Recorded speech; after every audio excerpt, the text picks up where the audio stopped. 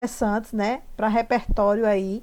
E quem tá atento, ligado, anota tudo. Depois eu acredito que a gente pode mandar os links, né, Daiane, o Everton, a gente pode depois mandar os links dessas dicas todas aí de leituras, né, de pessoas que têm uma fala bem significativa. E aí agora a gente passa a fala para Márcio, né? Eu não sei se Socorro tá aqui, Socorro tá, né? Não sei se Socorro vai querer também ter essa fala, e Felipe também, né? Então, show de bola. Tá sem microfone, Socorro, mas tá beleza. Então, Márcio, Oi, tá bom, desculpa. pronto. Depois de Márcio, né? Aí pode ser Felipe ou pode ser Socorro, vocês podem aí combinar entre vocês, certo? Márcio, ok. Boa tarde, pessoal. Depois que das falas do Everton e da Yane, na verdade, fica pouca brecha camponesa para mim, tá certo? Isso aí eu vou. Isso é um termo, e aí eu vou iniciar minha fala a partir desse termo. Isso é um termo utilizado pelo historiador João José do Reis, que ele fala que durante o período da escravidão no Brasil, ocorriam algumas brechas dentro do processo de negociação e resistência do escravizado com seus senhores. E essa brecha é chamada de brecha camponesa. Tentando negociar com os escravizados, os senhores davam um pedaço de suas terras para que nos domingos e alguns feriados, esses escravizados tivessem direito de fazer suas plantações. E essas plantações serviriam para o seu próprio consumo e melhorar o seu consumo, né? Então era uma agricultura, a gente pode classificar como uma agricultura familiar dentro desse processo, tá? E quando é que o professor está falando disso? Eu estou falando do período colonial, tá? E dentro do período imperial, ou seja, de 1534 até 1889, a gente vai encontrar no Brasil, em várias localidades, o que João José dos Reis chama de brecha camponesa. E aí a gente pode determinar que essa classificação de brecha camponesa dá em sentido muito genérico a ideia de uma agricultura familiar dentro do processo de escravidão que o Brasil ocorria, tá? E o que esse escravizado fazia com essa brecha camponesa? Ele plantava, obviamente, para si, para sua família, como também o excesso dessa produção era vendido nas feiras, o que poderia permitir no futuro, por exemplo, a compra da carta de alforria, tá? Então, pensar a agricultura familiar no Brasil, como o professor Everton falou, é pensar nesse campesinato que vai surgindo no decorrer do processo colonial brasileiro. Tá bom, gente? A maior parte da produção brasileira, obviamente, se dava nessa monocultura, tá? A produção da cana-de-açúcar, depois a produção do café, e a gente tem a exploração das drogas dos sertões também, mas a gente tem uma economia interna, e essa base dessa economia interna se dá por esse campesinato, tá? E essa é uma mão de obra, no geral, de homens livres, trabalhadores, mas sem visibilidade dentro do processo colonial. Então, eles vão ter terras, vão plantar em maneira diversificada, obviamente, mandioca e por aí vai, tá? Essa produção servia para uma venda interna e para um consumo também dessa família. E aí, os problemas dessa agricultura familiar não são de hoje. Tá? O problema da agricultura e do campo no Brasil não são de hoje. A gente atrela toda essa problemática da falta de terra, da necessidade de uma reforma agrária, a todo um processo colonial brasileiro. Tá bom, gente? No momento que o Brasil é dividido em capitanias hereditárias em 1534, ali nasce o problema da terra do Brasil. Tá? Ali nasce a problemática. A gente tem um pequeno número de pessoas detendo a maior parte de terras do nosso país. Só para vocês terem ideia, e o professor Everton já falou aí, a base do nosso consumo alimentar agrícola vem da agricultura familiar. O agropop está voltado para a agroexportação. E por que ele recebe investimento? Porque gera toda uma lucratividade, né? A máquina burocrática vive disso. Ao contrário, por exemplo, da agricultura familiar. A máquina burocrática não vive dessa agricultura familiar. Isso Pensar em agricultura familiar é pensar num processo de descolonização que é muito presente ainda na nossa mente. Tá? Não só na mente, mas na prática da política brasileira, da burocracia brasileira. Definir o que é um agricultor familiar, por exemplo, para ele conseguir uma verba, né? E se ele não se enquadra, se perde alguns critérios, essa verba não chega. Então, é um processo, como o Everton salientou aí, de descolonização. Tá? Então, é sempre necessário pensar nesse processo a longo prazo. Esse processo a longo prazo tem várias continuidades e pouquíssimas rupturas dentro desse processo de produção. A agricultura familiar ou campesinato, como vocês queiram tratar no decorrer da redação de vocês, está relacionado a um tripé de trabalho, terra e família. Tá? Campesinato, o camponês não é uma classe, não é apenas a determinância de uma classe. É um modo de produção, tá bom? É um modo de produção e é uma organização de produção que está associado à base familiar. No geral, é a própria família que trabalha dentro desse processo, tá? E esse processo traz uma economia interna para essa família, mas também traz o excesso dessa economia, dessa produção, que leva às vendas, e aí, como o Everton falou, as feiras que existem, né? E a necessidade da gente valorizar. Por exemplo, para vocês que são aqui de Santa Rita, lá perto do mercado do restaurante popular, tem um banquinho de hortaliça que essa mulher vende na sexta, sábado e domingo. Ela vende sapé, por sinal, ela produz lá e traz para vender aqui em Tibiri, tá? Muito mais barato, tá? Muito mais bonito, as hortaliças são lindas, na verdade, bem verdinhas, você percebe que é fresca a hortaliça, e você está valorizando um processo nacional, acima de tudo, nacional, local, particular, tá? Então, pensar num processo de economia, e existe uma estruturação dessa produção, e é bom vocês salientar essa estrutura de produção. Sem a terra não existe camponês, sem a terra não existe produção camponesa, sem a terra não existe produção de uma agricultura familiar. Então, a base está aí. E essa base é problemática em nosso país. Tá? A reforma agrária é essencial, é urgente. Isso aí, por exemplo, como já foi salientado também, essa reforma agrária não pode ser feita de qualquer forma, porque de qualquer forma será destinado a apenas terras improdutivas, tem que ser algo pensado, planejado e feito por aqueles que têm legitimidade. Tá? Por exemplo, dos que estão aqui, pelo menos eu não conheço a história de todos, mas pelo que Everton falou, é o que mais tem legitimidade para falar sobre o assunto e conhecer internamente o assunto. Tá? Mas, gente, como o governo do nosso estado lança, e isso é uma questão problemática que vocês devem pensar também, como é que o nosso governo do estado lança para os alunos do estado, especificamente, um tema de uma redação e tem tantos problemas a ser pensado. Então, pense, por exemplo, em trazer soluções para o nosso estado em relação a essa problemática. Não deixe de lançar a sua perspectiva em sua localidade, tá bom? A outra questão que eu queria trazer para vocês é que o conhecimento passado por geração é extremamente importante essa agricultura familiar, tá? Só que o século XXI traz outras problemáticas, e aí essa problemática é de busca de conhecimento não só dessa de geração para geração, que é deixada, tá? Como também o próprio capital que no decorrer essa família gera em torno dessa agricultura familiar também é deixado para essa próxima geração. Existe a busca de conhecimento cada vez mais profundos para que, inclusive de políticas públicas, para ser questionado isso, tá? Toda essa estrutura para ser questionada é necessário conhecimento que é buscado hoje dentro das universidades.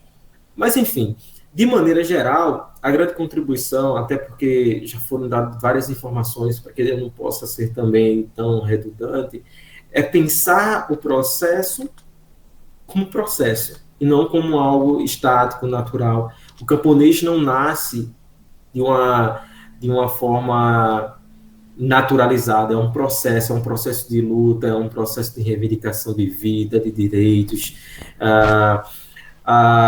Como o Everton falou, a gente tem um movimento camponês na Paraíba muito forte na década de 60. Sapé é um grande polo desse movimento, desse camponês, de reivindicação desse direito. O campesinato, em certa medida, ele nasce, principalmente na década de 50, ele nasce sem jurisprudência, tá? Nasce sem direito. As garantias estavam muito voltadas, obviamente, para a classe trabalhadora urbana, e aí a gente tem esse trabalhador rural que vive meio que afastado desses direitos. E a reivindicação da década de 50 e 60, que vai crescendo no nosso país, é completamente abafada em termos legalizados, tá? Dentro do processo da ditadura militar no nosso país.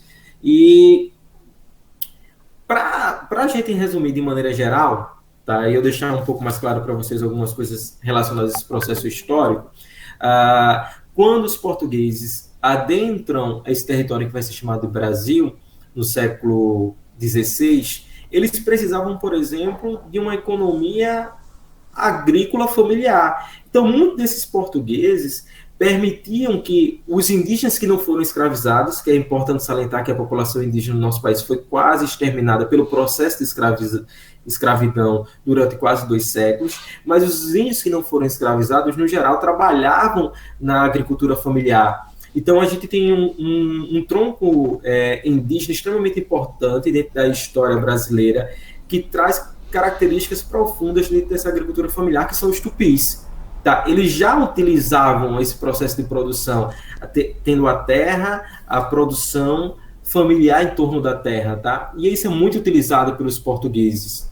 E aí depois, obviamente, no decorrer do processo colonial, os homens brancos, portugueses, outras etnias europeias que vão aqui chegar e que não têm espaço, não tem terra, não tem grande propriedade, eles vão também trabalhar dentro dessa produção, tá bom? Então, eu gostaria de deixar como grande dica para vocês pensarem a redação a problemática dessa agricultura familiar na Paraíba, tá? A necessidade de uma reforma agrária dentro do nosso estado, tá? E, acima de tudo, deixar para vocês que boa parte da nossa alimentação é advinda da agricultura familiar. Tem um menor número de terra, mas a nossa economia interna é muito gerada por essa produção, tá? É muito gerado, porque esse agro é pop é voltado para a agroexportação. O Brasil tem uma trajetória longa desde o seu nascimento de agroexportador, tá? E hoje é cada vez mais aprofundado isso, principalmente pelas políticas atuais de nosso governo, tá? Que valoriza muito essa agroexportação, porque recebe investimentos profundos para se manter no poder dentro dessa estrutura de desigualdade. Tá bom, gente? É mais ou menos isso. Se vocês tiverem alguma pergunta, eu posso tentar aprofundar algum tema. Bem rápido, e eu tomei a liberdade de pedir ao meu esposo, que é administrador de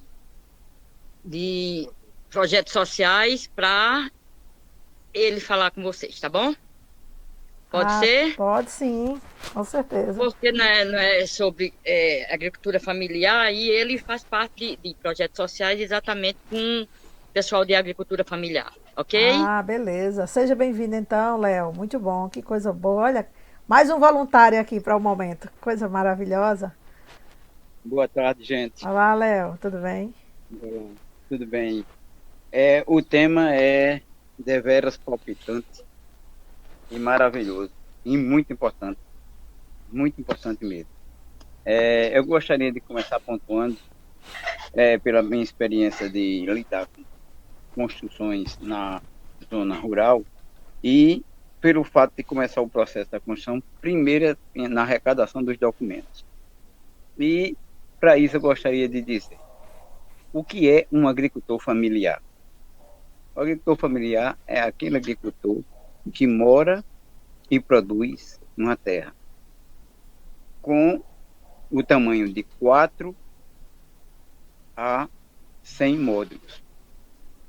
Cada módulo, com o tamanho de 4 módulos, que pode ser cada módulo 4 hectares até 100 hectares. Então, esse agricultor que tem as suas próprias terras e que nela trabalham com a família, e o termo bem familiar é que, basicamente, a mão de obra é familiar.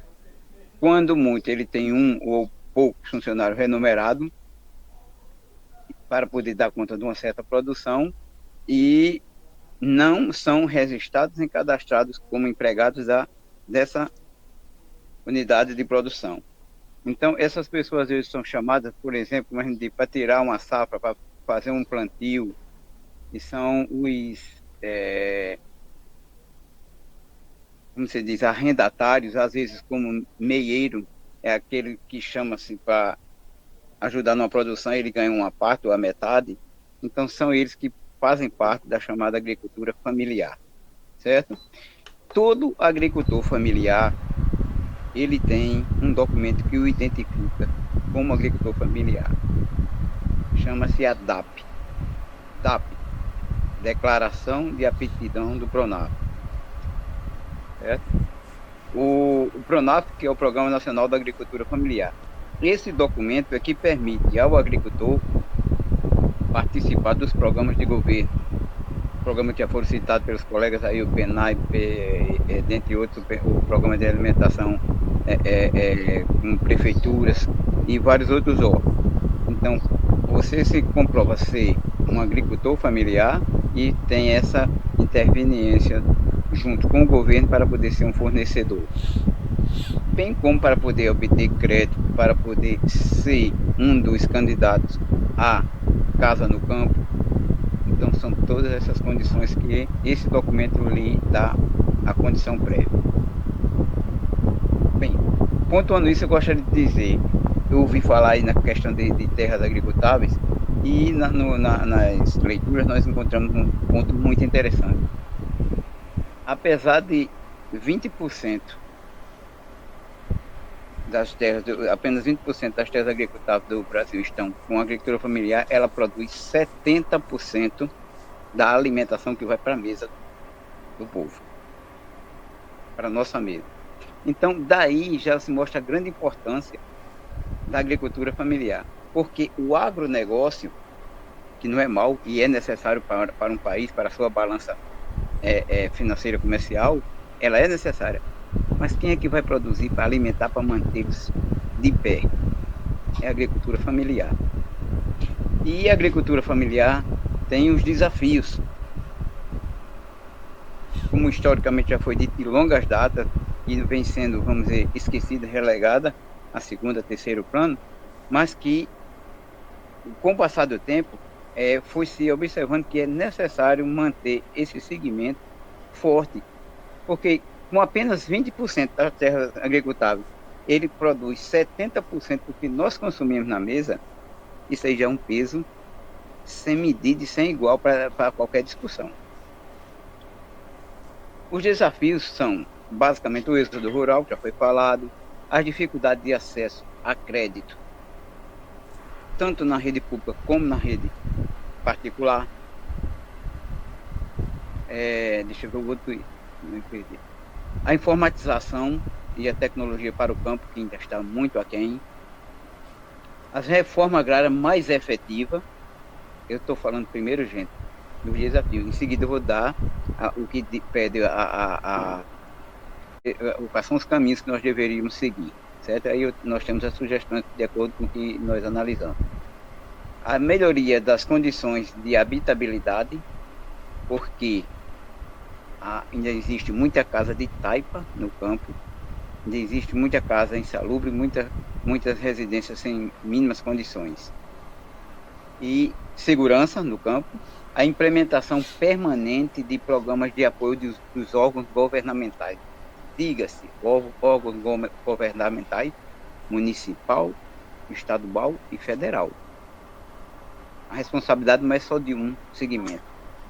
Ele pode chegar, inclusive, de mão dada aos 3 órgãos governamentais, para que dê uma condição permanente de projetos com apoio. E dentro dos caminhos para o desenvolvimento, o que é que nós podemos apontar? em cima desses problemas que nós citamos. O fortalecimento de sindicatos e associações. Sindicatos e associações de pequenas e adversas comunidades produtivas.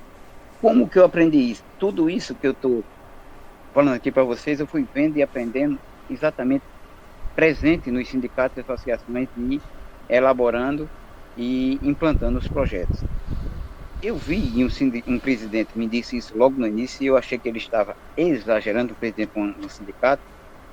Ele disse, um sindicato, uma associação, ele tem poder de governo, ele tem poder de gerir a sua área, de buscar projetos, de buscar investimentos para a sua área. E na esfera federal, que é de onde advêm as verbas em maior escala, existe verba para tudo da administração. E na agricultura não é diferente, também tem. E muitas vezes já ouvi, inclusive, falar que às vezes se volta verbas ou não se vai sequer buscar verbas porque não sabia que tinha ou não souberam aplicar.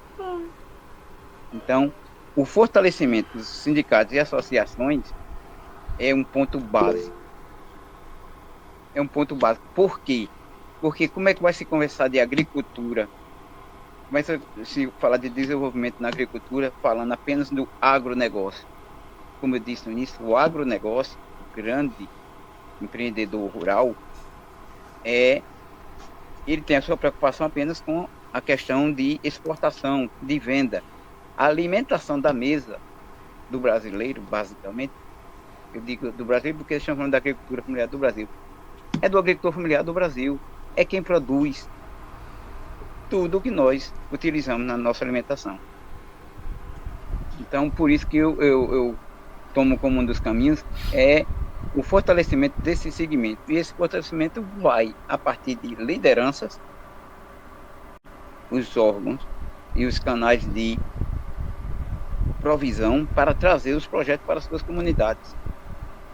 E que seus associados, que é outra coisa muito interessante que eu prego bastante nas reuniões que faço junto às sindicatos e associações, mantenham essas instituições vivas.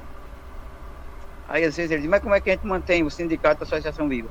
Trazendo em dia sua contribuição, sua mensalidade para manter aquela representatividade forte. Como muitas vezes eu digo uma coisa, já foi algum vereador, algum deputado seu pedir esse projeto de casa lá em Brasília, lá em qualquer lugar? Não tem. Quem vai são os sindicatos e as associações, são os assentados. Certo? Então vamos para mais um ponto. Uma reforma agrária mais efetiva e devidamente acompanhada e fiscalizada pelos órgãos públicos e pelos próprios assentados. A responsabilidade, um dos colegas já falou aí antes, não é só do governo e que tenha pessoas credenciadas, é que sejam respeitosas, saibam reconhecer as áreas e dividam essa tarefa com o próprio assentado, porque o assentado é quem conhece a sua área, é quem sabe quem está ali para produzir, quem quer produzir, ou quem às vezes chega para se aboletar, como diz na linguagem popular, depois vender o lote e correr para outro canto.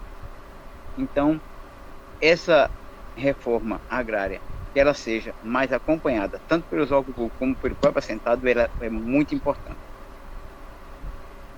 O próximo item é a facilitação de acesso junto à rede pública e à rede particular financeira do Brasil. Por quê? Porque para o agronegócio existe todo tipo de facilidade. Para o pequeno agricultor existe todo tipo de dificuldade. Isso eu digo pelo pouco que eu vejo junto a esses órgãos. Então, seria interessante que houvesse esse entendimento de que o campo precisa de mais ajuda para poder produzir mais. Em cima daquele número da produção de 70% de alimento que se produz para a mesa, tem um percentual e uma informação de que é muito triste, de que boa parte do agricultor familiar que vive no campo vive em condições de de pobreza. Isso é triste. Ter quem produz, mas está em linha de pobreza, não ter condições de ter uma vida digna, não ter uma casa digna para morar. Em seguida, melhoria nas condições de habitabilidade. Esse aqui é o que eu conheço de ponta cabeça, que é a casa no campo. Essa casa no campo, eu participei de vários projetos do PNHR, que é o Programa Nacional de Habitação Rural. E estou pleiteando agora e estou prestes a começar algumas construções de casa na zona rural de reforma agrária, de assentamento. E eu tenho dito a todos eles, por onde eu passo, que isso não é um favor dos governantes, é um direito que o trabalhador adquiriu. E o governante que faz, não faz por ser bacaninha, porque quer sair bonito na fita. É isso também. Mas é porque vem aquela parte que eu digo, para poder ter a produção agrícola, ele tem que ter o homem no campo. Para poder ter o homem no campo, ele tem que ter uma moradia digna, ele tem que terminar o trabalho e ter um lugar para repousar, uma casa com água encanada, com todo o esgotamento sanitário, com energia, uma casa digna de se morar. E isso nós tivemos por um bom tempo com esse PNHR, que atualmente está encostado lá numa prateleira do governo federal, sem andar. Quando foi deixado de lado desse programa, antes de chegar nessa administração, depois do impeachment da presidenta Dilma, passou toda uma gama de processos do Brasil inteiro, tudo pronto, tudo já prestes a começar a obra, e foi passado para o que assumiu no lugar dela, que empurrou com a barriga, e depois, e para o mês, em tal dia, quando chegou no final do mês de outubro do último ano de mandato, botou uma portaria de que ficaria para março do ano que vem, já dessa administração. E de lá para cá, desde aquela situação, não se teve mais construção pelo PNHR. Era uma construção de linha direta com o agricultor, sem custo nenhum, e que era encaminhado pelos sindicatos e associações, que é quem são, vamos dizer, os titulares da terra, que sabem onde está cada trabalhador, que ia da casa quem precisava de casa, mas que até então ficou a deriva com o passar do tempo. Então, a habitação para evitar o êxodo rural e para ter sempre o povo no campo produzindo. O outro item que eu gostaria de falar... Léo, só mais um minuto, Léo, viu, Léo? Sim, pode dizer. Estou dizendo só mais um minutinho, viu? Porque a gente tem ainda alguns professores para falar, beleza. Eu já estou na reta final aqui. Tá. Facilitação do acesso a crédito financeiro, eu já falei, o programa habitacional eu já falei, programa de segurança, principalmente nas áreas de conflito, isso já foi citado por alguns colegas, e isso é primordial, porque quem detém um certo poder econômico vai de arma na mão e tudo, e afugenta todos, isso está errado. Tem que ter ordem nesse próximo tempo para não ter tanta grilagem, né, Daiane? Então, isso deve ser um ponto a se lutar. E o final que eu gostaria de deixar como ponto final, o jargão que o colega viu na nossa colocação, que é: se o campo não planta, a cidade não janta. Isso é uma verdade, pois se não houver a produção no campo, do alimento no campo, não teremos com que nos alimentar.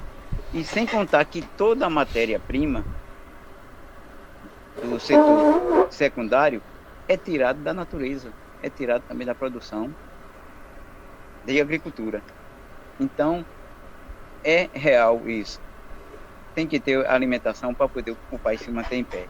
E por fim, para eu fechar, eu gostaria de deixar talvez uma proposta que quem tenha mais amizade, mais chegança próximo a algum político, deputado estadual, federal ou senador, que possa velejar a ideia nesse sentido de formarmos penitenciárias agrícolas. Nós temos muitas terras e nós temos muitos presidiários que ficam Ociólogo. Para todos, uma boa tarde, muito obrigado e desculpa a demora. Obrigada, Léo. Valeu. Valeu, Socorro. Beleza. Valeu. A gente ainda Tá por tem aqui. a fala de 2 professores, não é isso? Que estão também inscritos, que é Felipe e Rafaela.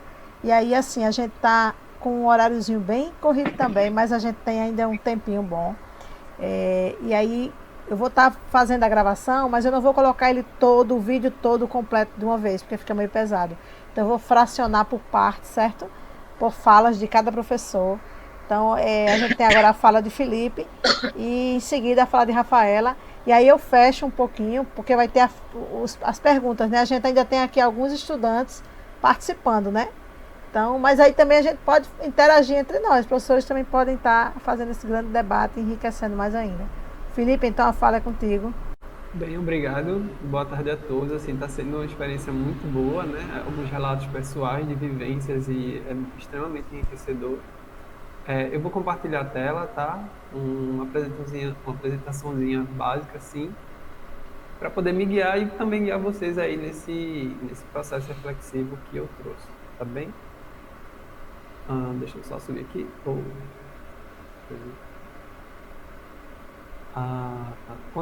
Quando foi feita a proposta, né? Quando eu parei um tempinho para olhar a agricultura familiar, me veio vários temas. E eu acho que na nossa conversa eu deixei muito claro, né? A questão da agricultura familiar, ela em si tem sua importância, né? Ela em si já tem todo um mundo de discussão, todo um mundo, né, de problemáticas de discussão que a gente precisa parar para pensar, mas ela em si também ela pode ser uma ferramenta lembrada em vários outros âmbitos, porque a problemática, né, o fenômeno social da agricultura familiar, dentro dela a gente encontra transpassado, né, transversalmente, ou consequências de alguns outros âmbitos presentes aí, né? Questões econômicas, políticas e ecológicas, né? Como foi bem colocado aí, históricas, né? Como o Márcio também chegou a citar, que dá para ser colocado como exemplo e dá também para chamar a atenção. Olha, a gente consegue enxergar essas coisas aqui na agricultura familiar. Eu trouxe alguns aportes, algumas referenciazinhas e algumas reflexões trazendo a questão filosófica e sociológica. O primeiro delas que me veio à cabeça foi justamente dentro da sociologia o Karl Marx, né? E vai ter essa pequena citação, abre aspas, né? A história da sociedade até os nossos dias é a história da luta de classe, né? E aí a gente consegue enxergar isso a partir dessa relação que existe entre os latifundiários, né? O agro, como foi falado aí, e os pequenos agricultores, os agricultores familiares. Por quê? Porque a gente enxerga nisso pessoas que têm, dentro do nosso sistema econômico, né, poderes muito grandes, né, e uma influência muito grande, que vem através do quê? Vem através justamente da questão financeira, né? Como foi bem colocado aí por vários professores, nós vemos os latifundiários sendo pessoas de extremamente ricos e que conseguem, por isso, usar do aparato de Estado, né, para poder conseguir, e não só isso, né, como também da violência, como também foi colocado entre outros professores, eles conseguem usar também da violência, não só institucional, como também fora dela, para poder conseguir ali as suas vitórias ou o que desejam, né? Basicamente, só para clarear um pouquinho e deixar a questão dessa citação um pouquinho mais claro, o que é que acontece, né? Quando Karl Marx ele olha para a sociedade, ele vai perceber desde os primórdios, né? Desde o iniciozinho ali da construção da sociedade humana, a questão da luta de classe, né? Classe sendo esse agrupamento mais ou menos homogêneos, né? De condições de vida e de interesses. E eu quero que vocês prestem minha atenção nessa palavra aí, interesses, tá? E por que a luta? A luta porque são interesses conflitantes, né? O pessoal do agro vai querer um caminho e o pessoal da agricultura familiar está tentando outro interesse aí, né? Muitas vezes está de sobrevivência. Quando eu também parei para pensar sobre a agricultura familiar, me veio uma música de Caetano, tá? Muito boa, que tem parte da letra que fazem a gente pensar também um pouquinho sobre essa questão dessa própria sobrevivência humana, né? O nome da música é Gente, e ela vai ter esses trechinhos: gente quer comer, gente quer ser feliz, gente quer respirar ar pelo nariz, né? Quer durar, quer crescer, gente quer luzir. Gente é para brilhar, não para morrer de fome. Por que eu trouxe essa questão especificamente? Porque tanto o Everton quanto a Daiane colocaram um ponto que é essa relação com a natureza, essa relação com a terra, acontece o quê? É uma relação diferente da relação de lucro, é uma relação diferente. E, portanto, por não gerar lucro, por não ter um espaço dentro desse sistema econômico, acaba sendo colocado em segundo plano, né? Lembrando também o quê? Que o artigo 5º da Constituição vai dizer que todos são iguais perante a lei, sem distinção de qualquer natureza, garantindo-se aos brasileiros e aos estrangeiros residentes do país a inviolabilidade de direitos à vida, à liberdade, à igualdade, à segurança e à propriedade. E aí a gente percebe que isso acontece dentro dessa relação que se dá aí, né? O palomismo quanto é difícil, e mais uma vez entra a problemática, né? O valor da vida humana, né? E aí a gente pensa na agricultura familiar, a gente pensa nos indígenas, a gente pensa no pessoal quilombola, né? Que vai ter um outro estilo de vida, vai ser uma outra forma de relação com a natureza, vai ser uma outra relação de trabalho, que vai ser colocada em risco por não estarem dentro aí desse sistema, né? Bem, continuando, gente, a gente percebe aí uma questão muito grande com a questão democrática, né? A questão política aí falando. Porque, vê só, eu coloquei o artigo 5º da Constituição ali atrás.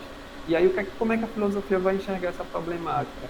Ela vai perceber o seguinte: olha, vai existir uma democracia formal, né, que essas regras do jogo democrático, é a Constituição ali que vai dizer uma coisa para a gente, né, por partidarismo, como eu trouxe para vocês, autonomia dos três poderes, liberdade de pensamento, expressão, né, que vão dizer, olha, não, tá, ó, aqui a lei vai resguardar você. Mas também, dentro desse estudo, a gente vai perceber que existe uma democracia substancial, né, que seria basicamente o quê? Os resultados e os fins colocados por essa democracia formal. Quando a gente enxerga a questão dessa relação, a gente percebe que existe uma contradição aí, né? E aí a gente se pergunta novamente, olha, será que é realmente uma democracia? Porque, como bem foi colocado, né, por vários professores aqui, 70% do nosso alimento vem do pessoal de agricultura familiar. Então, o que é que está acontecendo aí, né? Por que está sendo tão diferente? Porque é tão dificultoso eles conseguirem ter, como eu gosto de fazer em aula, né, que eles vivam, né? Porque eles estão sobrevivendo. Porque existe essa diferença de sobreviver e viver, né? Porque eles estão tendo tanta dificuldade para viver e muitas vezes tendo que sobreviver. E aí, quando a gente olha na democracia substancial, será realmente que todos têm direito à moradia, educação, emprego, acesso ao poder, que a gente consegue perceber aí essa relação, né? E cultura. A Marilena Chauí também vai colocar dessa forma, né? Vai colocar de outras formas, mas ela vai trazer dentro da reflexão dela 3 pontos da democracia também, né? A questão do conflito, da abertura e da rotatividade, sendo eles elementos importantes aí da democracia. E quando a gente pega esses 3 elementos, né? O conflito sendo a heterogeneidade de interesses, a abertura como a informação, a produção cultural, né? Essa circulação livre desses pontos, e a rotatividade como sendo a representação de todos os setores da sociedade presentes ali, sendo representados. Quando a gente olha novamente a questão da agricultura familiar, a gente se pergunta se isso realmente está sendo colocado na prática, né? Ou se não está sendo somente ali uma questão muito mais formal. E, novamente, a questão do interesse fica muito claro aí, né? Quais são os interesses que estão sendo privilegiados, né? Em detrimento de outras... em detrimento de outras coisas.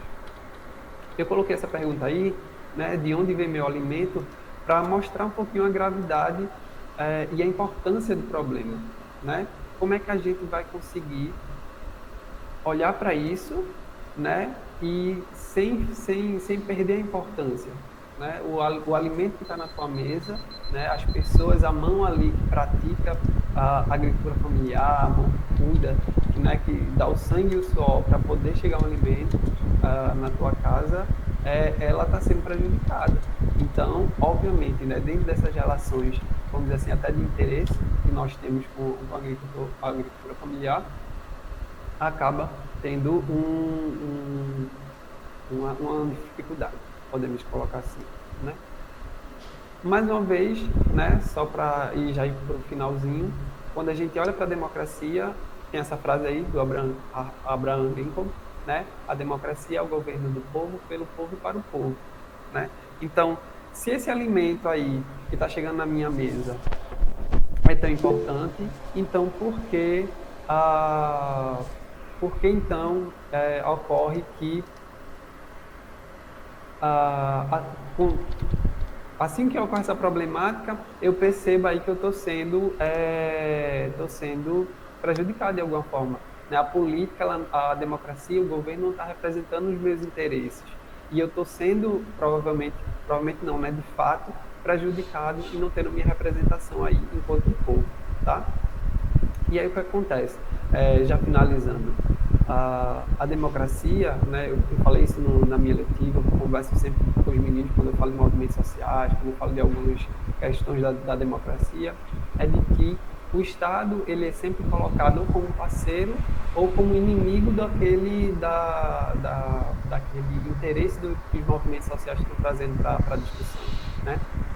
O Everton colocou muito bem, né? Ele mostrou ali o MST, então fica uma pergunta para ele, né? Se ele poderia falar um pouquinho de como esses movimentos sociais atuam, né? E como eles ajudam aí em defesa a isso. O Léo também chegou a falar um pouquinho, né, sobre a questão da importância dos sindicatos e associações nessa representação, né, desses interesses. E por último, né, para finalizar, o que é que acontece? Um dos pontos que eu sempre coloco para a questão quando eu toco na democracia e na política é de que a relação com o político não acaba quando a eleição termina, né? A sua relação com o político que você elegeu é outra, é de cobrança, de posicionamento, dizer, olha, tô percebendo na sociedade que uma certa problemática está em pauta e eu gostaria muito que você, como aquela pessoa que eu votei, representasse favoravelmente essa pauta. E aí, por exemplo, a questão da agricultura familiar é um ponto interessante, de a gente poder, olha, manda e-mail, manda carta, fax, conversa quando a gente tem acesso direto. Olha, tu poderia falar, tu poderia se colocar, porque está acontecendo essas coisas. Porque senão, o que é que acontece? Os interesses de lucro, os interesses internacionais, eles acabam... Por que eu falo internacional, né? Porque a gente sabe, por exemplo, que a China, com relação à cana-de-açúcar que foi colocado antes, ela é uma das grandes compradoras de cana-de-açúcar. Então, o que acontece? Quando elas vão comprar muito, é produzido muito. E aí, o que acontece? O etanol se torna caro, né? Aumenta.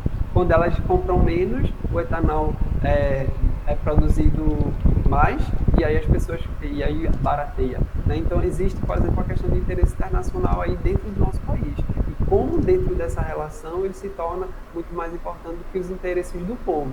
E aí a frase de Abraham Lincoln mais uma vez coloca para a gente essa reflexão de por que o outro é mais importante, né? E a gente está falando de alimentação, que é o básico do básico. Bem, gente, é isso. Espero não ter passado o tempo.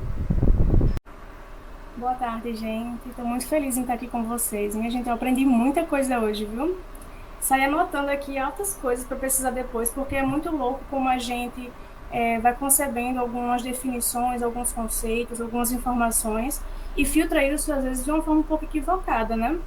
Então, foi muito esclarecedor. Obrigada mesmo por estar aqui com vocês. Sou muito grata aos professores que compartilharam muitas informações interessantes. A minha contribuição é um pouco mais rápida, digamos, porque eu não vou falar em específico como que funciona em si a agricultura familiar, até porque já foi debatido sobre isso, né? Eu vou falar como que isso se interliga com a parte de texto, né? Qual a ligação, em que ponto a gente pode enxergar uma interseção aí.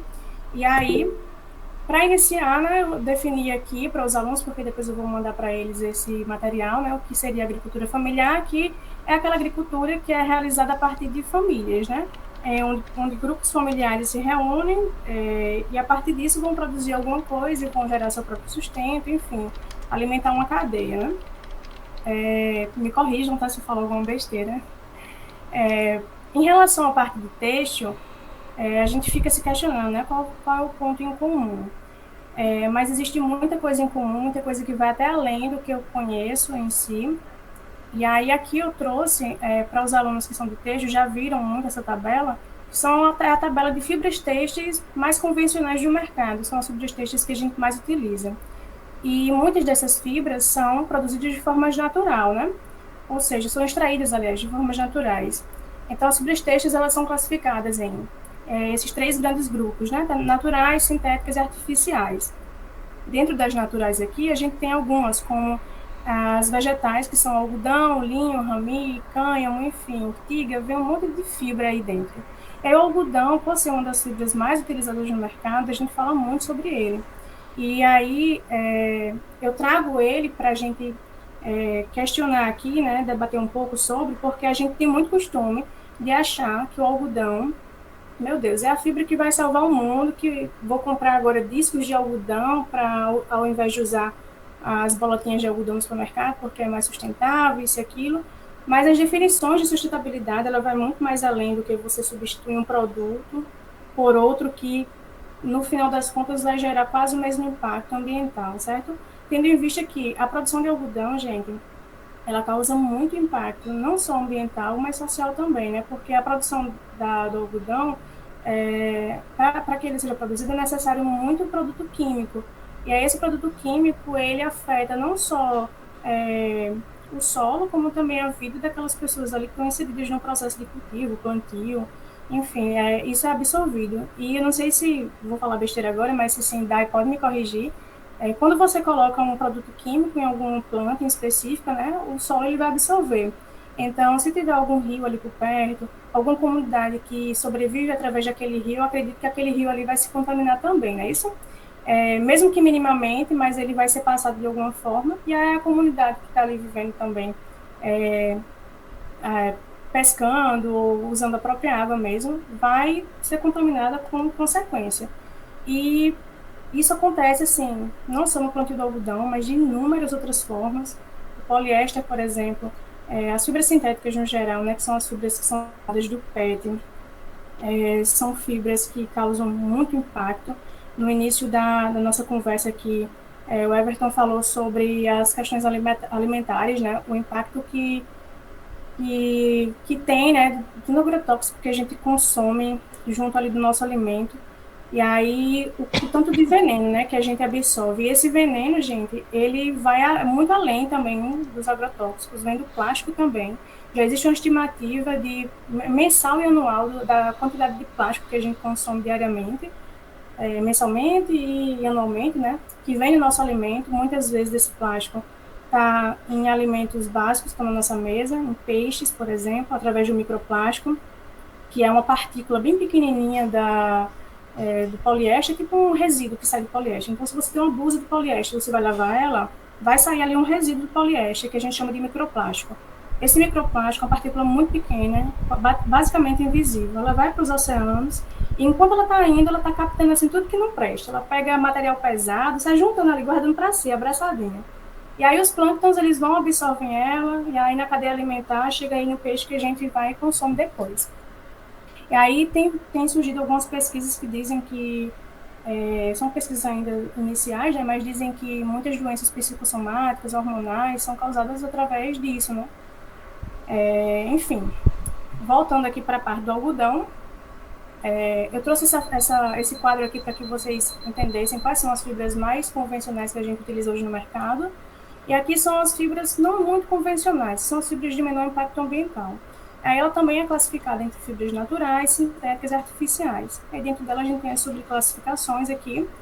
E a gente vai chegar agora no ponto que eu queria chegar, que é de agricultura familiar, né? A ligação, ponto em comum. Eu trouxe aqui para vocês algumas fibras em específico, que são o algodão ecológico, o algodão de comércio justo e o BCI, certo? O algodão ecológico é aquele algodão que a gente ouve muito falar por aqui na região, que inclusive já é produzido por aqui. Existe uma cooperativa em Campina Grande que ela capitaliza pequenos produtores que vêm, né, de agricultura familiar, pega essa fibra e vai tratar essa fibra para transformar em tecido. É um esquema muito grande, assim, tudo isso, né? Rosângela, se eu estiver passando o meu tempo, tu me avisa, viu? Que eu não consigo ver o chat daqui. Pode deixar, eu aviso. Ainda faltam 10 minutos. Fechou. O algodão ecológico aqui na região, tá, gente? ele passa por uma dificuldade muito complicada, assim, por quê? Existe uma cooperativa, que é um grupo de pessoas lá, que tem alguns maquinários muito bons para tratar a fibra do algodão e transformar essa fibra do algodão num tecido de malha, certo? Uma malha de algodão orgânico. E aí, essa cooperativa, normalmente, ela compra de pequenos agricultores, que são através do cultivo de agricultura, cultivo não, como que se chama, meu Deus? É produzido através de famílias, né, da agricultura familiar. E aí, gente, o que acontece? Essa galera vende para essa cooperativa, a cooperativa trata e tal, e vende para fora, para a Europa, vende para grandes estilistas, designers, pessoas muito bem conhecidas. E não vendem para aqui, para Paraíba, por exemplo, que é um problema gigantesco, né? A gente precisa impulsionar o mercado aqui também. E para que a gente impulsione o mercado aqui e faça com que ele se expanda, a gente precisa dar oportunidade, né? E isso não acontece, por exemplo, em relação ao algodão ecológico, que é o algodão orgânico que a gente tem aqui pertinho. Infelizmente, não é vendido para gente, mas é vendido para uma Flávia Aranha da Vida, que é uma estilista de São Paulo, por exemplo, muito famosa, que um vestidinho dela custa R$700, por exemplo. Então, é um problema, né? E aí, o que acontece? Esses agricultores, alguns deles, né, eu tive a oportunidade de conversar com uma família que cultivava esse tipo de algodão, e a terra deles é bem pequena, assim, para o que se espera de um cultivo de algodão. E eles falaram para mim, assim, fizeram algumas observações quando eu fui lá. São pessoas próximas a mim, e eles falaram assim: ó, Rafael, aqui é o algodão que a gente planta, cultiva e tal, e a gente vende para tal cooperativa. E aí, eles tratam a fibra lá, mas não vendem um tecido pronto nem para a gente que está vendendo para eles, sabe? E aí, o que acontece também para que esse algodão ele seja considerado um algodão ecológico e orgânico, né? Exige um número muito pequeno de agrotóxicos, em alguns casos não é utilizado nenhum tipo de agrotóxico, mas ela falou que quando o pessoal vai lá avaliar, né, o plantio para dar o selo de algodão ecológico, existe um selo também, eles disseram que depende, porque assim, você paga para um grupo ir lá, né, para verificar se o seu plantio está dentro das diretrizes e te dá esse selo, para que o tecido seja vendido com esse selo, né, futuramente. E aí eles falaram que assim, eles não avaliam todas as questões, deveria, mas não avaliam tudo exatamente. Então, por exemplo, um selo que não deveria ter nenhum tipo de agrotóxico, às vezes utiliza agrotóxico, pouco, mas utiliza, sabe? Um selo que diz que existe uma responsabilidade social no qual o agricultor ele tem um preparamento, ele é distribuído para ele um material, pessoas que vão ali capacitar ele, muitas vezes não acontece exatamente dessa forma. E aí eles não avaliam esse contexto todo muito certinho e vão lá e dão um selo. Isso acontece muito aqui e provavelmente acontece em outros lugares. Eu já vi esse tipo de situação acontecer até em selos de peixes que são vendidos em latinha, dizendo que aquele peixe ele foi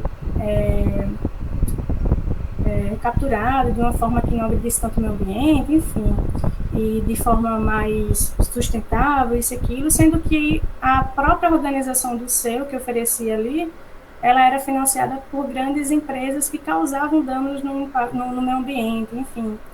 É uma doideira, assim, como uma coisa está interligada com a outra, sabe? É tipo um grupo, é a mesma coisa de um grupo chegar aqui para vocês e dizer assim, eu sou um grupo X, nós somos não ao cigarro, mas aí a minha organização é financiada pela empresa do cigarro, pela empresa do tabaco, sabe? Então isso acontece, né? E aí, gente, o algodão ecológico, não tirando essa parte aqui de desmotivação, né, de tristeza, que acontece muito, a gente comunica, a gente trabalha para que essas coisas não aconteçam mais, né? E se um dia, caso algum de vocês estiverem em lugares, em posição que possa tomar algum tipo de decisão, algum tipo de observação, que façam isso de forma coerente e ética, porque a gente trabalha para isso, né?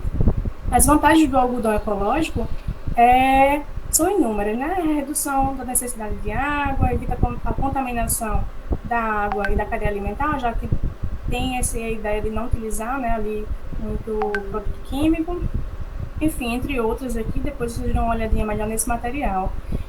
em comparação ao algodão tradicional, ele causa bem menos impacto, certo? Mas ainda assim causa impacto, porque ele é produzido, cultivado o tempo todo no mesmo solo, e o solo ele ali vai ficando pobre, né?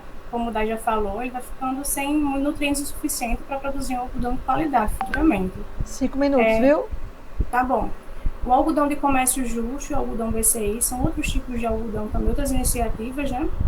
O algodão de comércio justo, ele é muito importante aqui nesse contexto que a gente está falando, porque ele não é necessariamente orgânico, mas as questões que considera, né, o algodão de comércio justo são produtores de pequenas empresas familiares que estão organizadas em cooperativas, critérios ambientais vigentes que restringem o uso de substâncias agroquímicas e proíbem a utilização de organismos geneticamente modificados, e as cooperativas elas podem abrir linhas de crédito prévias à exportação por um máximo de 60% do preço de compra, se assim solicitarem. O algodão BCI, tá? Ele é uma associação da indústria têxtil que tem como objetivo melhorar os impactos do cultivo do algodão, proporcionando a formação aos agricultores, aquilo que eu falei anteriormente. Então, existe também o algodão made in África, mas existem outros também tipos de algodão. Eu trouxe esses 3 aqui porque eu acredito que são os mais interessantes para o debate de hoje. E existe também, deixa eu ver se é esse aqui, só um minuto, tá, gente? Existem também alguns tipos de algodão, gente, que durante o plantio dele é exigido para que ele receba o selo em que haja uma rotatividade de plantação. Então, digamos que a gente tem um quadrado onde a gente vai plantar 4 coisas diferentes nele. Então, nessa parte aqui do solo eu planto algodão, e aí na próxima vez que a gente for plantar de novo, a gente já não planta mais nessa parte, a gente já planta onde plantava milho. E onde plantava milho, se planta aqui agora, que é onde a gente plantava soja. E vai rolando essa rotatividade, que é para que o solo ele não fique tão carregado, sabe? Para que ele não fique tão, assim, pobre de nutrientes, né? Então, vai rolando essa rotatividade. E aí, cada tipo de produção, iniciativa de algodão mais sustentável, vai envolvendo aí algum tipo de diretriz diferente, né? Alguns tendem a não utilizar agrotóxico, outros visam mais essa formação aí do agricultor, outros falam que pode, de repente, usar semente geneticamente modificada, mas aí não pode fazer outra coisa, enfim. E aí cada um vai abarcar de um ponto, e para concluir, eu queria dizer assim, que eu acredito que o que pode tornar as coisas de forma mais sustentáveis, né, que o impacto seja menor, não é necessariamente a gente utilizar uma alternativa dessas, mas digamos que todas juntas, todas as alternativas mais éticas, mais sustentáveis, causam menos impacto, trabalhando juntas, elas podem causar um impacto positivo de fato, né? Acho que o caminho para o desenvolvimento mais ético não é, de fato, só uma via, sabe? São várias vias. Então, assim como nós podemos tomar inúmeras escolhas no nosso dia a dia para tornar a nossa vida e o nosso impacto cada vez menor no mundo, a gente pode fazer isso também para outras inúmeras coisas, tá? Esse aqui foi uma etiqueta que eu peguei recentemente de um fast fashion aqui do Brasil. E aí ele utiliza o algodão BCI já, por exemplo, é uma das iniciativas da empresa. Fast fashion, para quem não sabe, significa moda rápida, é um tipo de produção muito rápido, que são aquelas lojas como Renner, C&A, Riachuelo, que a gente ouve muito falar, que tem uma coleção nova o tempo inteiro. O tempo inteiro também tem peças sendo descartadas, né? Aí, visando esse impacto que eles geram, eles estão tentando, está bem longe ainda de conseguir, causar um pouquinho menos de impacto ambiental, trazendo aí algumas fibras mais ecológicas, lembrando que isso não é um produto sustentável, e isso ela não se torna uma empresa sustentável ou mais ética porque está fazendo isso, tá? Ela precisaria fazer outras coisas que tivessem impacto aí, além do ambiental, social também, enfim. E é isso, gente. Aqui eu tenho as referências, tá? Todas essas informações foram tiradas desse livro aqui, Moda Ética para um Futuro Sustentável, de Helena Salcedo. E nós encerramos aqui agora. Obrigada, tá, pessoal? Os textos motivadores que são para redação, eles trazem no texto 1 o conceito de agricultura familiar. O texto 2, ele vai trazer um pouquinho da questão da pobreza, né? Essa questão do êxodo rural, né? E uns termos bem legais que, se vocês... É interessante, se não sabe o vocabulário, é interessante buscar no dicionário, né? Como, por exemplo, eu não sabia, eu fui atrás, porque tem coisa que a gente não sabe tudo, né? Mas, por exemplo, é um termo que para mim é novo, né? Que às vezes americanizam muito, a gente acaba, por exemplo, slow food, eu não sabia desse termo, né? Aí, Rafa trouxe aí na fala dela, né? Essa questão tem esse outro termo aí que é inglês, né? Tudo americanizado, né, minha gente? Isso, Né? Rosângela. Inclusive, um meio que partiu do outro. Surge aí um movimento no alimento, na moda, e parte para o outro, sabe? Uhum. Então, da mesma forma que surge o fast fashion, como McDonald's, Burger King, aí surge também o slow food, são restaurantes feitos com carinho, amor, mais responsáveis. Inclusive, eu esqueci até de falar, existe uma classificação de alimentos que são considerados não alimentos, que é a maioria dos alimentos que a gente consome no supermercado hoje em dia, que são esses industrializados, esses produtos que são só veneno, que enchem nosso estômago, mas não nos nutrem, de fato. E aí tem uma coisa que também Léo falou, da questão, né, da produção, de 70% dos alimentos produzidos no nosso país vem da agricultura familiar, que também o Everton falou na sua fala logo no início, né, disse na sua fala inicial. Então, assim, e tem termos, gente, no texto, que se você não sabe, você procura buscar, né? Tem a questão da terra, né, que Léo também falou na questão da terra, do espaço, né, da agricultura familiar, as variações entre 2006, né, que é um dos textos que mostra um gráfico lá, da questão da ocupação, né? Então, é uma leitura que você pode fazer nos textos motivadores, mas que aqui a gente teve uma riqueza de informações, né, que eu acho que se a gente aproveita bem essa discussão daqui e junta com a leitura dos textos motivadores, você vai ter uma redação bem completa, assim, né? E eu acredito que essa tarde foi um marco para a nossa escola e eu quero agradecer desde já, né? Todo mundo participou. E os estudantes podem ficar à vontade, né? Se tem alguma pergunta, se gostaria de entender mais sobre algum assunto, tá? Eu acho que fica aí agora aberto para o debate, para a pergunta e tá as contribuições, né? O diálogo. Se alguém quer falar, as considerações finais de Everton, de cada professor. Márcio pediu licença para sair, porque ele tinha um compromisso da universidade, que ele faz parte de um grupo. Mas a gente tem aqui a presença de Laís, né? A professora Laís está aqui com a gente, desde ela chegou e ficou, e isso é muito bom. Se ela quiser ter uma fala também, né? Bem-vinda, Laís, obrigada pela participação. E aí, minha gente, fica à vontade. Na verdade, sou eu quem agradeço por esse momento à tarde, foi riquíssimo. Eu não tenho nada aqui a acrescentar, na verdade, só agradecer e parabenizar todos os professores que eu já sei que meus colegas de trabalho são show, os nossos convidados também foram maravilhosos. Então, eu encerro essa tarde riquíssima. Show de bola. E Léo, né, obrigada pela colaboração também, viu, Léo? Socorro, muito boa ideia, né? E eu quero deixar aqui aberto agora para as considerações finais, né? Foi um enorme prazer em ajudar vocês, estava aqui à disposição. Show de bola. E aí a gente fica agora com as considerações finais. Quem quiser falar alguma coisa, assim, complementar, acrescentar, fiquem à vontade, viu, gente? O Everton aí, nosso convidado de honra, também tem a fala aí, tá? A honra aqui é que é minha, participar junto de um quadro profissional tão atuante e tão profissional de cada um em sua área, entendeu? E dizer assim, só corrigir uma fala que eu fiz, que eu confundi os números. O consumo de agrotóxicos atualmente ele está em torno de 7,5 quilos de agrotóxicos por habitante no Brasil, né? E de dizer assim, que é isso. Eu acho que socializar as informações é o melhor do conhecimento, né? Verdade. O melhor do conhecimento é a gente socializar isso que a gente tem na cabeça, né? Saber ouvir as outras pessoas. De dizer assim, que aqui eu sempre digo uma coisa: a gente nunca pensa só agricultura familiar, a gente pensa um projeto de vida, né? É um projeto de vida que ele passa pela agricultura familiar, mas ele passa pela educação, ele passa pela saúde das pessoas, né? Ele passa por uma economia não competitiva, né? Uma economia que não agrida as pessoas. Ele passa por pelo meio ambiente, né, pela diversidade que existe no meio ambiente. Ele passa pela relação das pessoas, ele passa por democracias participativas, ele passa por organização das pessoas. É o caminho, né, Felipe? Esse aí é um caminho a trilhar. O caminho do desenvolvimento é esse aí, né? Show de bola. E só é possível a gente se desenvolver se pensar num projeto de vida. Muito bom. A gente não consegue desenvolver sem pensar num projeto de vida, não.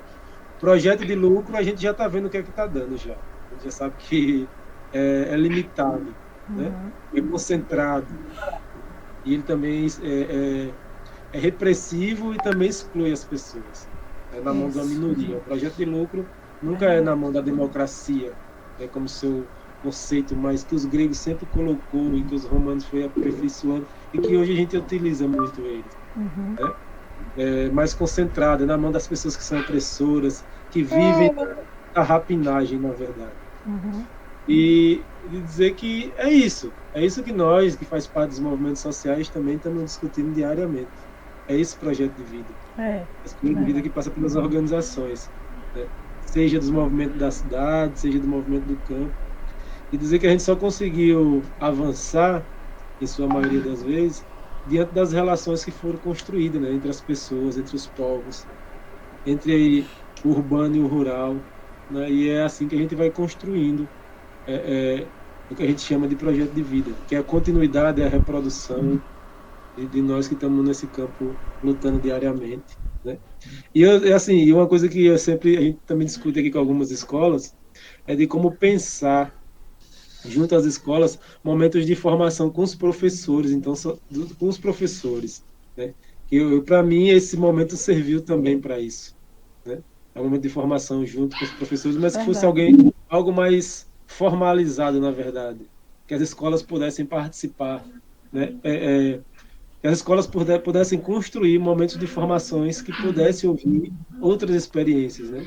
Assim, ouvir os movimentos sociais, ouvir quem de fato produz os alimentos, né? Porque a gente sabe que nas escolas particulares eles vão ouvir grandes empresas, né? Grandes multinacionais, eles estão sempre ouvindo essas instituições. E nas universidades, essas instituições estão dentro, né? Elas estão propondo formação de agrônomo, de médicos, né, de professores, para seguir uma linha que seja a partir do lucro, a partir da competitividade das pessoas. E o que a gente quer não é totalmente antagônico, né? É uma construção de um processo realmente coletivo, popular, né, e que socialize todos os conhecimentos e informações. Acho que no mais é isso que eu tenho para deixar e agradecer muito por esse momento agora à tarde. Obrigada, viu, Everton? Obrigada mesmo. Foi uma contribuição muito valiosa, né? Socorro levantou a mão, ela quer falar alguma coisa, não é isso, Socorro? Tá sem microfone. Liga o microfone. Você é de Sapé? Na verdade, eu sou do sertão do Sergipe. Eu sou ali sou ribeirinho, ali das margens do Rio São Francisco, e morava num lugar onde também tem um processo histórico muito grande do cangaço, né? Que é ali em Angico, Poço Redondo. Porque você me falando da Liga Camponesa, e eu cheguei aqui, uma bebê de 1 ano, aqui em Sapé. Então eu cheguei no início dos anos 60, que quem tinha enviuvado foi Elizabeth Teixeira, não é isso? Aí, por isso que eu falei com você, tá bom? E eu tô no momento de Sapé, que eu tô na casa da minha sogra, que a gente tá cuidando dela, tá bom? Socorro muito bom, tem história, viu? Muito Socorro bom. tem história. Tenho mesmo. Então, quem quiser fazer as considerações finais, a gente tá a 4 minutinhos para finalizar, né? Então, quem quiser aqui abrir o microfone, fica à vontade, tá bom? Fernanda, Danuse também, qualquer pessoa que quiser falar, ou qualquer estudante também, as vozes, gente, o espaço é de vocês. Aproveitem bem essa galera aqui bem poderosa aqui na informação. Acho que a gente tem poucos estudantes, né? Ainda presentes, mas temos. Oi. Deixa eu lembrar aí, principalmente ao alunado, porque tudo é aprendizado, né? Sim. Que a agricultura também se faz com cultura. É um dos incentivos para se manter o homem no campo. Eu digo, como um exemplo, a Associação das Cultivadoras de Rosas lá de Pilões, que tem isso é um trabalho de agricultura, mas é uma cultura linda. É também você manter a sua originalidade e preservar a sua cultura, como a dança da catira, a dança do coco de roda, que isso é o que faz fortalecer uma comunidade. Ok? Fique com Deus. Verdade. A riqueza cultural precisa ser valorizada também, né? Então, tem mais alguém que queira falar? A gente tem ainda 2 minutinhos. Se algum estudante quer falar, né? Eu quero fazer um convite a vocês. Sim, sim. Bom, eu queria convidar vocês a, quando toda essa pandemia passar, a vir. Vocês virem conhecer o memorial também, me virem conhecer o memorial das Ligas de Lutas Camponesas. Legal. Eu acredito que alguns já conheçam, né? Vamos marcar uma aula aí, viu? Ótimo. Né? Que é Né? uma coisa que a gente Vamos vem marcar. atualizando, é que o memorial ele não fala só de memória. Show de bola. A gente combina, sim. Tem um espaço também que debate a agricultura familiar, agricultura agroecológica. E Com outro certeza. lugar que eu queria convidar vocês a conhecer também é a Feira Agroecológica da Ecovasa, na UFPB. Acredito também que alguns já conheçam. Né? Mas Sim, é bem sim. bacana conhecer essas experiências. Com certeza. E nos dá o norte, na verdade, né? Verdade. De toda essa construção. Isso. Eu queria saber só, aproveitando aqui, né, como é a questão dos dias de atuação, especificamente no FPB, que eu estou aqui pertinho, né, que eu ouvi falar, cheguei a dar uma olhada, cheguei até a comprar alguma coisinha, mas eu não sei os dias que sempre está lá, como é que é feito, né, e aí tu poderia falar também dessas informações de outros lugares que tu chegou a citar? Ótimo. A Ecovase, a feira agroecológica, ela acontece na UFPB, no Campus 1, todas as sextas-feiras, né? Das 4 da manhã ao meio-dia. Acontece também em Jaguaribe, no IFPB, que é no mesmo horário, acho que é de 4 às 5 horas da manhã ao meio-dia. E acontece aqui em Sapé, às sextas-feiras, das 3 às 6, já entre tarde e noite, né? Essa mudança. Tá bom? E o memorial a gente está aberto. Por enquanto a gente está aberto só a visitação agendada, na verdade. Mas de segunda a sábado, pré-agendamento, a gente consegue fazer um trabalho. Joia, muito bom. Valeu mesmo. Ok, Fernanda. Danusa está com dificuldade também, que ela está com a bebezinha, e Fernanda está com dificuldade do microfone. Gente, a gente queria agradecer. Esse é um momento assim que, sinceramente, para mim, eu não queria nem terminar. Eu queria passar a tarde todinha aqui, mas todos nós temos compromissos, né? E eu quero agradecer de coração mesmo, assim, ó, para essa equipe maravilhosa, profissionais assim tops que a gente tem na nossa escola. Assim, eu fico muito feliz de poder estar, né? Agradecer a professora Danusa e a professora Fernanda, né, por esse espaço também, a Marcos e a Vera, que também sempre nos dão todo um incentivo, né, e motivam a gente o máximo para a gente fazer esses momentos assim. E eu estou muito motivada mesmo, sabe? Toda semana eu acredito que a gente vai ter um espaçozinho bom de debate, de conversa, para a gente conversar sobre os temas das redações e desafiar os estudantes, né, a aproveitarem mais esses momentos, a divulgarem também. A gente vai estar postando o vídeo posteriormente, não hoje, porque eu já fui uma tarde inteira diante de um computador, eu nem botei meu colírio, mas estou aqui empolgada, motivada, né? E eu quero agradecer muito, né, por também ter aprendido muito com vocês, sabe? Eu fiz 30 anos de magistério, gente, esse ano. 30 anos na minha vida. Mas eu amo sala de aula. Para mim, sala de aula, eu estou sentindo uma falta profunda de estar dentro da sala de aula. Mas esse espaço aqui é uma sala de aula e a gente tem que aproveitar. É um outro momento que a gente está vivendo. E a gente está aqui crescendo juntos também, né? Então, isso é muito gratificante. Eu quero agradecer a todos vocês, né? Tivemos semana passada o EITA, que foi assim, fenomenal. E aí tem esse momento aqui dos debates, né? O Everton, meu querido, você é show, é top. Gostei demais de você, né? Conheci o Everton só virtualmente, porque foi indicação de Daniel, que é do Instituto Voz Popular. Mas eu pretendo sim, a gente pretende ir uma aula aí de campo, né? Para aprender mais ainda. Tá bom? E eu quero desejar um restante de tarde e noite e uma semana bem maravilhosa para vocês. Obrigada a todo mundo, tá? Por estar aqui, certo? Então, um cheiro no coração. Os alunos e estudantes, se tem alguma coisa para falar, não sei, tá aqui escrevendo aqui no chat. Cheiro, gente. Obrigada, viu? podcast vai sair brevemente, tá bom? Tchau, tchau, todo mundo.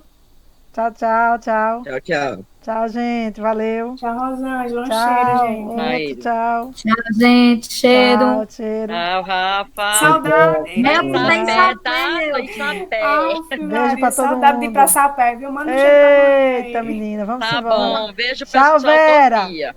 Tchau, gente. Valeu, Marcos. Gente, eu não pude Obrigadão. interagir tanto porque eu tô aqui só resolvendo problema de aluno, Tá, viu? lindona. Valeu. Mas foi muito bom mesmo. Cheiro. Tchau, Agradeço a Pedro. todos vocês. Tchau, tá? gente. Tchau, Obrigado. gente. Valeu. Tchau. Obrigada, viu, por Tchau. ter ficado esse tempo todo. Tchau. Tá.